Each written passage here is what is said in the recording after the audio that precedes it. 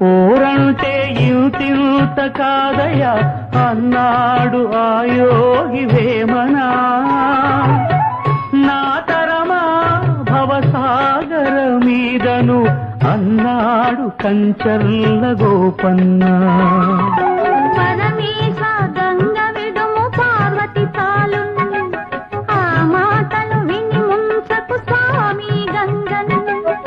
ఇంతులిద్దరైనప్పుడు ఇంతే గతిలే, సవతుల సంగ్రామంలో పతులది వెనకడుగే.